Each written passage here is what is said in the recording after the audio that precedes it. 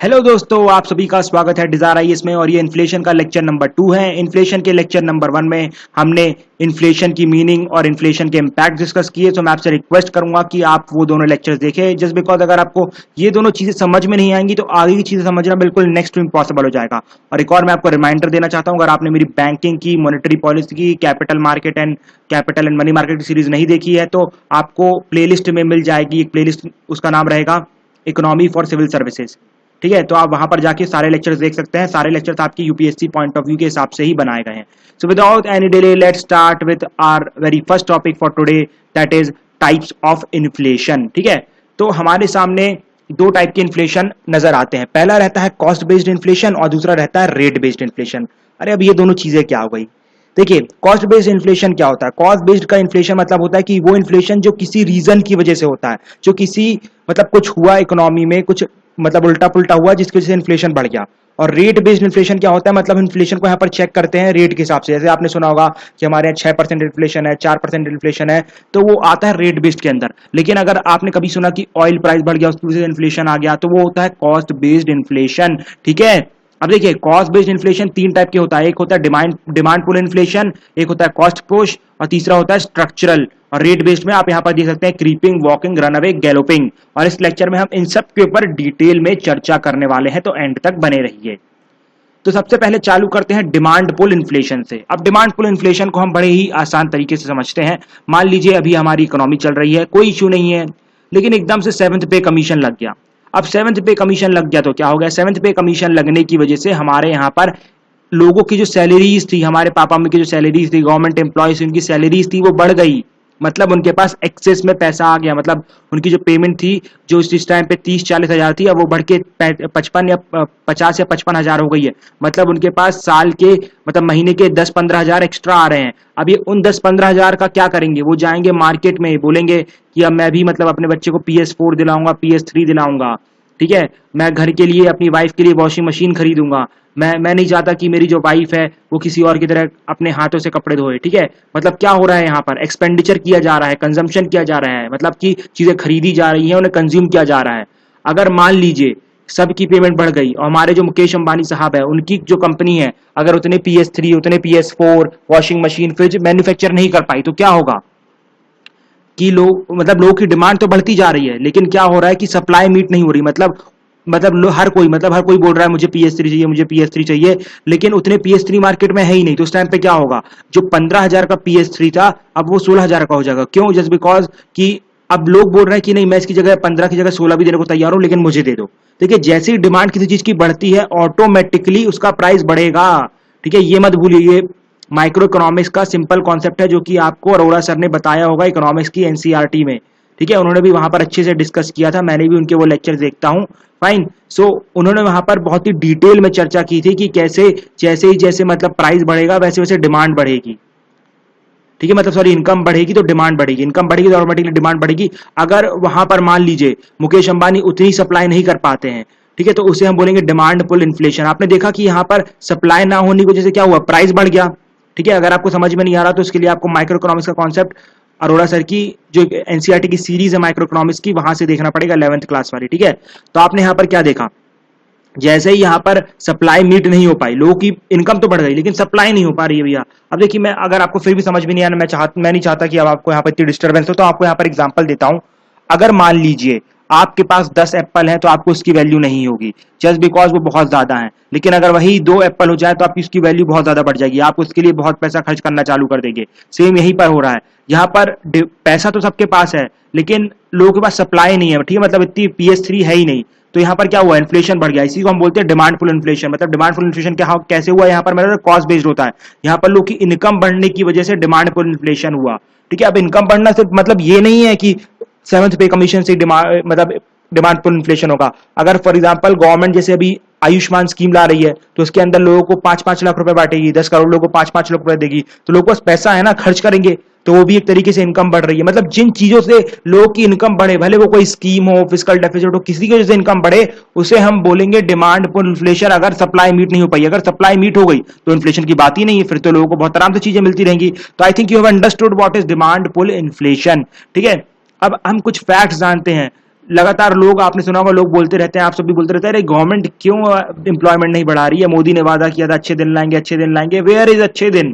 ठीक है, क्यों हमारे यहाँ डिमांड, मतलब क्यों गवर्नमेंट एम्प्लॉयमेंट नहीं बढ़ा रही है? ठीक है, गवर्नमेंट एम्प्लॉयमेंट इसलिए नहीं बढ़ा रही है, आपने यहाँ पर देखा, अगर यहाँ पर मान लीजिए गवर्नमेंट ने एम्प्लॉयमेंट बढ़ा दी, एम्प्लॉयमेंट मतलब लोगों को सरकारी नौकरियां देना चालू करी, सबकी इनकम बढ़ जाएगी, लेकिन गवर्नमेंट जानती है सप्लाई मीट नहीं कर पाएगी, वो इतना अभी हमारे यहाँ इतना प्रोडक्शन नहीं होता है कि 125 करोड़ लोगों की मतलब डिमांड फुलफिल की जाए अगर सबको पैसा दे दिया जाए। इसलिए गवर्नमेंट एक लिमिट के ऊपर क्या करती है, एम्प्लॉयमेंट प्रोवाइड नहीं करवाती है, मतलब एक फिक्स लिमिट होती है, उसके ऊपर ही, मतलब उसके अंदर ही, मतलब गवर्नमेंट को एम्प्लॉयमेंट प्रोवाइड करवाई जाती है। ठीक है, गवर्नमेंट एम्प्लॉयमेंट प्रोवाइड करवाती है, और उस रेट को हम बोलते हैं नायरू, मतलब non accelerating inflation rate of unemployment. इसके बियॉन्ड गवर्नमेंट नहीं जाएगी, वरना इन्फ्लेशन बियॉन्ड कंट्रोल हो जाएगा, क्योंकि आप समझ सकते हैं सबके पास पैसा आ जाएगा, और यहाँ पर मुकेश अंबानी सबको PS3 नहीं दे पाएंगे, इन्फ्लेशन एक बहुत ही अलग लेवल पर पहुंच जाएगा, पूरी इकोनॉमी कोलैप्स कर जाएगी। ठीक है, लेकिन ऐसा नहीं है कि इन्फ्लेशन का सिर्फ और सिर्फ लॉस ही होता है, काफी प्रॉफिट भी होते हैं। फॉर एग्जांपल इकोनॉमिक ग्रोथ, आपने यहां पर देखा जैसी डिमांड बढ़ी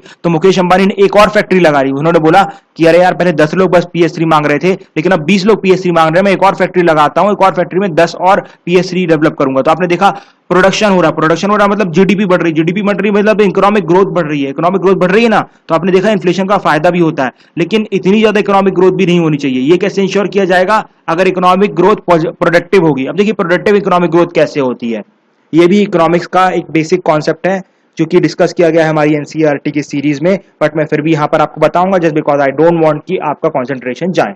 अब देखिए, अगर मान लीजिए एक फैक्ट्री है, वहां पर 10 वर्कर्स हैं, ठीक है, और वो लोग इस टाइम पे 10 PS3 मैन्युफैक्चर कर रहे हैं, और लेकिन सामने हमारे यहाँ पर 10 सर्विस सेक्टर में लोग हैं। ठीक है, 10 सर्विस सेक्टर मतलब जो लोग कंप्यूटर में काम करते हैं, हमारी तरह यूट्यूब में लेक्चर पढ़ाते हैं, ठीक है, वैसे लोग हैं। अब उनको यूट्यूब की तरफ से पैसे मिल रहे हैं, फाइन। अब लेकिन मान लीजिए उनकी पेमेंट बढ़ गई, यूट्यूब ने सोचा कि चलो इंडियंस को भी थोड़ा बहुत भीख बढ़ा दी जाए, और उनको ज्यादा पैसे देना चालू कर दिया ये यूट्यूब में। तो जब उन्हें ज्यादा पैसे मिलने लगेंगे तो वो लोग क्या करेंगे, हम बोलेंगे एक एक्स्ट्रा और PS3 दो, हम अपने उसे घर बेचेंगे। लेकिन आपने देखा यहाँ पर लेबर तो 10 ही है, ठीक है, वो लोग 10 ही PS3 मैन्युफैक्चर कर पाएंगे।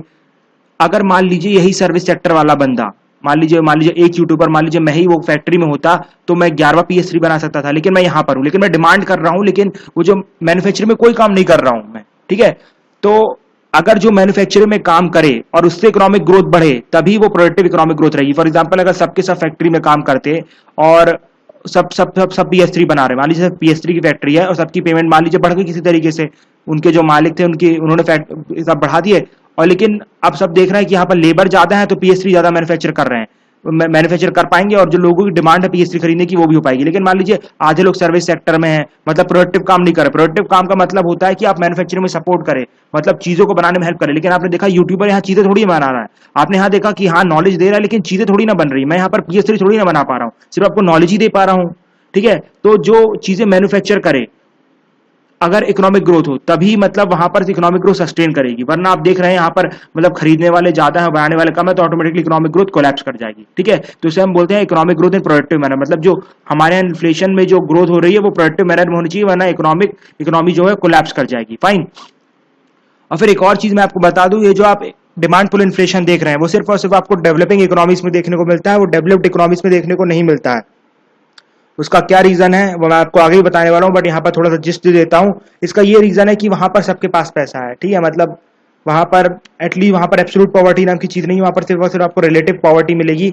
Poverty, relative poverty, absolute poverty क्या होती है वो आगे के लेक्चर्स में बताने वाला हूं, डोंट गेट एनी टेंशन। ठीक है, तो मैं आपको यहाँ पर बता रहा था कि डेवलपिंग इकोनॉमिक्स में इसलिए रहती है कि यहाँ पर लोगों के पास चीजें पूरी नहीं रहती, पर्याप्त चीजें नहीं रहती है, जैसे उनकी पेमेंट बढ़ती है वो तुरंत चीजें खरीदने लगते हैं। लेकिन बाकी जो डेवलप्ड कंट्रीज है वहां पर लोग बस फ्रिज, वॉशिंग मशीन, हर चीज है, और उनकी पेमेंट बढ़ती है वो लोग सेव कर लेते हैं। इसलिए ये जो आपको ये जो डिमांड पर इन्फ्लेशन देखता है वो मेजरली आपको डेवलपिंग इकोनॉमिक्स में देखने को मिलता है। Fine, for example India and China. अब इसके बाद दूसरे इन्फ्लेशन में आते हैं जिसका नाम है cost push inflation. Cost push inflation मतलब ये वो इन्फ्लेशन जो कि कॉस्ट ऑफ प्रोडक्शन इंक्रीज होने की वजह से बढ़ता है। मतलब आपने देखा कि यहाँ पर अभी इन्फ्लेशन क्यों बढ़ा था, जस्ट बिकॉज लोगों की डिमांड बढ़ गई थी, सप्लाई मीट नहीं हो पाई थी। अब यहाँ कॉस्ट प्लस इन्फ्लेशन में क्या होता है कि लोगों की डिमांड भी सही है, सप्लाई भी सही है, लेकिन क्या हुआ, फॉर एग्जाम्पल जो PS3 किससे बन रहा था, PS3 बन रहा था प्लास्टिक से, आयरन स्टील से। मान लीजिए हमारे टाटा साहब ने आयरन स्टील का प्राइस बढ़ा दिया, तो अब यहाँ पर आपने देखा कि लोगों ने डिमांड भी ज्यादा नहीं की, सप्लाई भी पर्याप्त है, लेकिन टाटा जी ने यहाँ पर आपने देखा कि आयरन एंड स्टील का प्राइस बढ़ा दिया। तो आयरन एंड स्टील के प्राइस बढ़ाने की वजह से क्या हुआ, यहाँ पर ऑटोमेटिकली PS3 का प्राइस बढ़ जाएगा, क्योंकि मैन्युफैक्चरर जो कर रहा है वो बोलेगा भैया पहले मुझे 10 रुपए में आयरन स्टील मिल रहा था तो मैं आपको 20 रुपए में PS3 बना के दे रहा था, लेकिन अब मुझे टाटा साहब 15 रुपए में आयरन स्टील दे रहे हैं तो मैं आपको 25 रुपए में दूंगा। आपने देखा यहाँ पर किसी का भी कोई रोल नहीं था डिमांड एंड सप्लाई का, but automatically cost of production बढ़ने की वजह से ऑटोमेटिकली इन्फ्लेशन आ गया, उसे हम बोलते हैं कॉस्ट पुश इन्फ्लेशन। ठीक है, लेकिन ये इनडायरेक्टली डिमांड से ही एसोसिएटेड है।